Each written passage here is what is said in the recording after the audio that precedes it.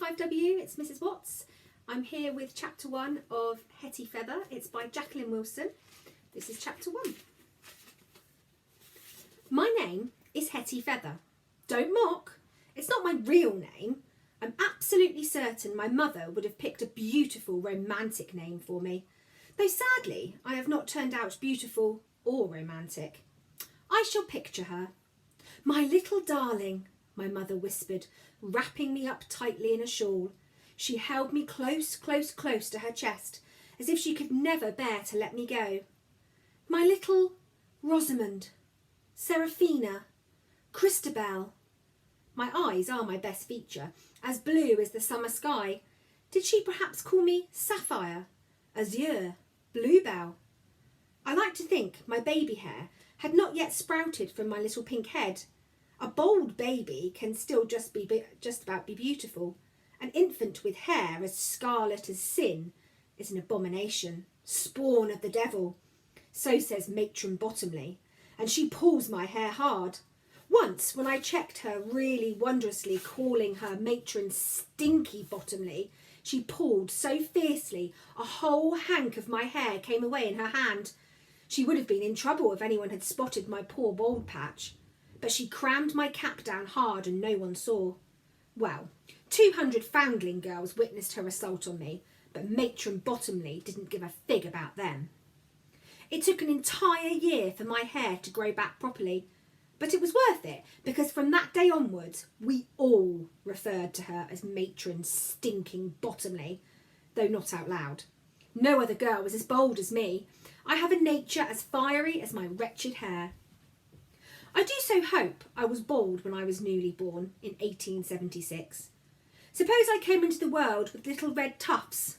Oh dearie, what a shock for my poor mother. Maybe she was tempted to call me Carrot or Goldfish or Marmalade. No, I'm absolutely certain my mother would not mock me. She held me close. She rubbed her cheek over my flaming head. She gently wound a little lock around her finger. She loved my red hair because it was mine. She cut off one tiny tuft to plait with pins and keep within a locket. That way she kept a small part of me forever. She didn't want to give me away. She loved me with all her heart. I know I was poor, puny, a poor, puny little thing, hardly weighing so much as a twist of sugar. I'm sure my mother nursed me night and day, trying her hardest to build me up and make me strong. If I close my eyes now and hunch up small, I can almost feel her arms around me, hear her humming a lullaby, smell her sweet perfume, clasp her white hand with my tiny fingers. I cannot focus properly, but if I try really hard, I can see her pale face, the tears in her own blue eyes. Everyone says you can't remember back to babyhood. I've asked the nurses and the teachers and they all say the same. Even Jem insisted this is true, and he is the wisest boy ever. However, I'm absolutely certain they are all wrong on this point. I can remember. I remember the worst day ever, when my mother bathed me and dressed me in my napkin and my petticoats and a little white gown she had stitched herself. She wrapped me up in a crocheted shawl and then carried me outside. She took me on a long, long journey. I'm sure I remember the roar and whistle of a train. Then I think we took a cab because I cried at the strange bumping and the clack of the horse's hooves. She held me tighter, rocking me in her arms, crying too. Then the bump clack stopped and my mother stayed crouching inside, shaking, so that I shook too. The cabman shouted at her and she gave me one last desperate kiss. I will always love you, she whispered right into my ear. Then she clambered out of the cab, clutching me close. She said a few words to the cabman and then walked over to a tall gateway. She murmured to the gatekeeper, so softly that she had to repeat herself. Then the gate creaked open and we stepped inside. There must have been other mothers, other infants, because I heard wailing all around us. My mother and I stood in front of a long polished table where a line of solemn men sat and asked questions. My mother answered while I whimpered dolefully. Then we were led to a little room with a bright gaslight overhead. I blinked and tried to burrow into my mother's breast, but large cold hands snatched me away from her. I was laid on my back on a hard table. My shawl was tugged away. My beautiful white dress was unbuttoned and taken from me. Both my petticoats were pulled over my head. They even removed my napkin, so I was lying there stark naked. The hard hands turned my head from side to side, prodded my belly, moved my arms and legs about while I protested vigorously, screaming my head off. Then the hands wrapped me in strange, coarse clothing, not mine at all. They picked me up and carried me away. My arms and legs were too small and weak to punch and kick. All I could do was scream. I screamed and screamed for my mother, but she wasn't there anymore. I was being carried down endless corridors in this vast building, away from my mother forever. I was bound so tightly within the scratchy woolen shawl that I couldn't move. I was laid on my back in an iron cot, still screaming. I cried for my mother, but she didn't come to rescue me. I cried for my own soft, familiar clothes, but I stayed stuck in these harsh, worn garments reeking of carbolic. I cried for the comfort of my thumb, trapped inside the shawl. I cried for gentle arms and warm, sweet milk. Now, what a terrible noise! You're disturbing all the other babies. What are you crying for, said one of the nurses, picking me up. What did she think I was crying for? I was only a few days old, and I'd lost everything I loved. No wonder I was howled. But she meant it kindly enough. She held me against her flat, starched chest and patted my back as if my problem was just a little trapped wind. There, nearly time for your feed, she said. She put me down again and I cried harder. I only quietened for a few seconds when someone plucked me once more from my cot. I desperately hoped they were about to return me to my mother, but the hands that held me were coldly capable, not tender and stroking. A bottle was thrust into my mouth. My lips puckered and would not suck. It tasted wrong. It wasn't my mother. I choked and tried to spit it out. This one's a hopeless feeder, and she's tiny as it is. I don't know why they accepted her. She's not long for this world. They'll have to christen her quick, or she'll be off to limbo land, said another. Let me try. I'll make her feed. I was passed over promptly, and the bottle poked hard against my mouth. I kept my lips pressed together. She pinched my nose, so I had to open my mouth to breathe. I yelled furiously at this mean trick. Temper. Never mind Limbo Land. She's a little imp from Hell, she said, giving me a shake. Take the bottle like a good girl. You don't want to starve, do you? I did not care whether I lived or died if I could not be with my mother. I cried all day until my throat was raw and I shook all over, but it was no use. She still didn't come. There were other babies crying too, though not as loudly and insistently as me. I couldn't see them as I was stuck on my back, but I could hear them. I heard their sucking and sighing after the hateful hands had lifted them from their cots. Won't you feed too, poor little lamb? This was a gentler voice, with smaller, softer hands. She wasn't my mother, but she cradled me almost as carefully. She didn't ram the choking bottle into my mouth straight away. She shook a few drops of milk onto her finger and stroked it against my lips. I opened my mouth and sucked. It's good, isn't it? Some more? She gave me more drops on her finger and I sucked it dry. She did this again and again. When I opened my mouth eagerly for more, she edged the bottle very cautiously against my lips. I could not resist sucking and felt the sweet milk splashing down my sore throat. I still did not like the feel of the bottle, but I ached with hunger and thirst, so I sucked and sucked. My, look at Winnie with 25629. She's got her sucking away a treat now. So the kind nurse was called Winnie. And 25629 seemed to be my name now. I was not old enough to understand numbers, but the long sound was harsh and I hated it. However, before long I was given yet another name. I was dressed in a gown so stiff with starch, I was stretched out rigidly, scarcely able to draw breath. I was carried to a new place, vast and echoing, with strange windows that played patterns of red and blue on the stone floor. There was solemn talk, and then a voice addressed me. "I christen you Hetty Feather," he said, and sprinkled icy water on my forehead. I cried, trying to tell him that I didn't wish to be called Hetty Feather. That wasn't my real name at all. My real name was...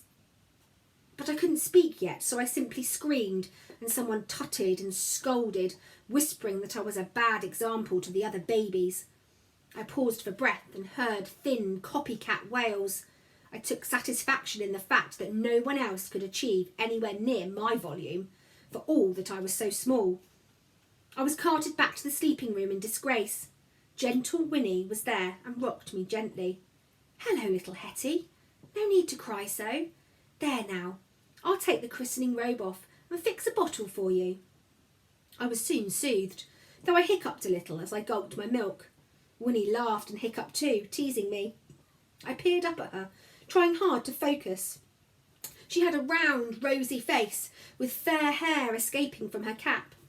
She wasn't special like my mother, but perhaps Winnie could be a second mother to me now. I was too small even to smile, but I fixed my blue eyes on her. She looked back, doing all the smiling for both of us.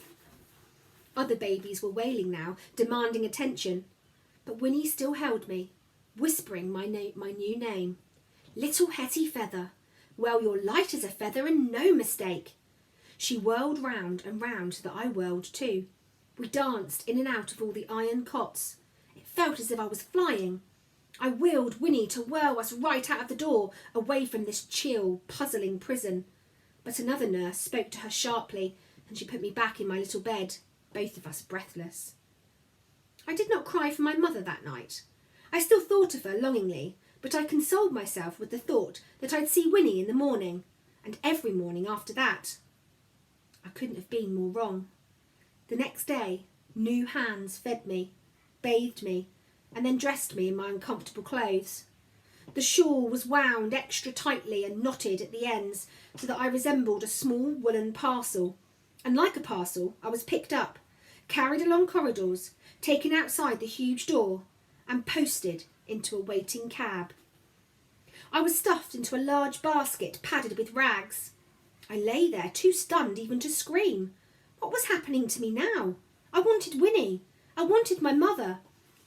My heart started beating so fast it nearly burst through my shawl.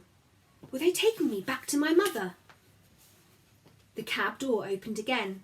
I heard an infant wail, so sad, so scared. My mouth was shut, so it couldn't be me. The cries grew frantic as another child was crammed into the basket beside me. I let out a little wail myself, and the other crying stopped in surprise. Then it started up again, and I started too.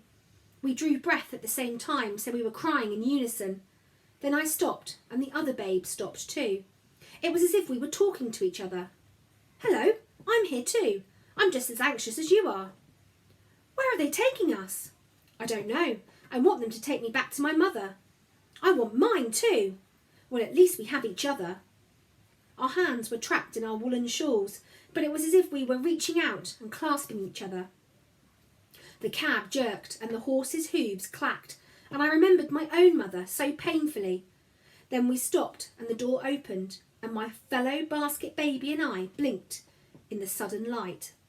Someone took us up out of the cab, swinging us along into a vast, roaring, smoky hall. This brought back memories too. I now know that we were at a vast London station. Soon we were stowed in our basket upon a seat, and the train jerked into motion. The other baby and I cried lustily, but the steady chug and whir of the wheels beneath us grew soothing, and soon we both slept. I dreamed that I was back in my mother's arms, but when I woke I was still trussed up in the shawl and stuffed in the basket, and the baby next to me was wailing forlornly. I cried too because I was hungry and thirsty, my stomach empty and aching. The baby beside me set up a mournful descent. When we lived in the huge bleak building, We'd always been fed every few hours and our napkins changed. I was now wet and sore, my shawl damp and reeking, so we cried and then slept some more out of sheer exhaustion. And then the train slowed and stopped. The door opened and we were swung out into the fresh air. Our carrier stamped his feet and marched forwards. There was a clamour of voices with a softer country brr. The basket rocked as hands reached in, lifting out my baby neighbour. This here is Master Gideon Smead, fresh from the Foundling Hospital. I heard laughing and cooing and clapping.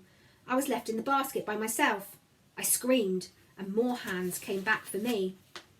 No chance of forgetting this one, Miss Hetty Feather. I'm not sure you'll want her, missus. She might be little, but she's a shocker for screaming. She's been squealing like a pig ever since we left London. Oh well, it shows she's got spirit, said a voice. Let's have a squint at her then. I was placed in strong arms, my face pressed against the very large, soft chest. I shuffled against her. She smelled of strange new things, lard and cabbage and potatoes, but she also smelled of sweet milk. I opened my lips eagerly and I heard laughter all around. There, she's smiling at you, Mother. She's taken to you already. I was stunned. This was not my real mother. Was she a new mother? She held me in one arm, my basket baby brother in the other. Her large hands held us safe as she walked out of the station, children clamouring about her. I dare say you'll do a good job with them, missus. You bring on the scrawny one something wonderful, said the basket carrier. It's a bit of a challenge, 2 little ones together, but I dare say I'll manage, she said. Let's take you home and get you fed, my poor little lambs, she murmured in our ears. We had a home. We had a mother. We were safe. We never had to go back to the great, chill baby hospital again. Don't mock, I say. I was only a few weeks old. I didn't know any better. Guys, I hope you enjoyed chapter 1 and you'll join me again for chapter 2 tomorrow. Take care. Bye-bye.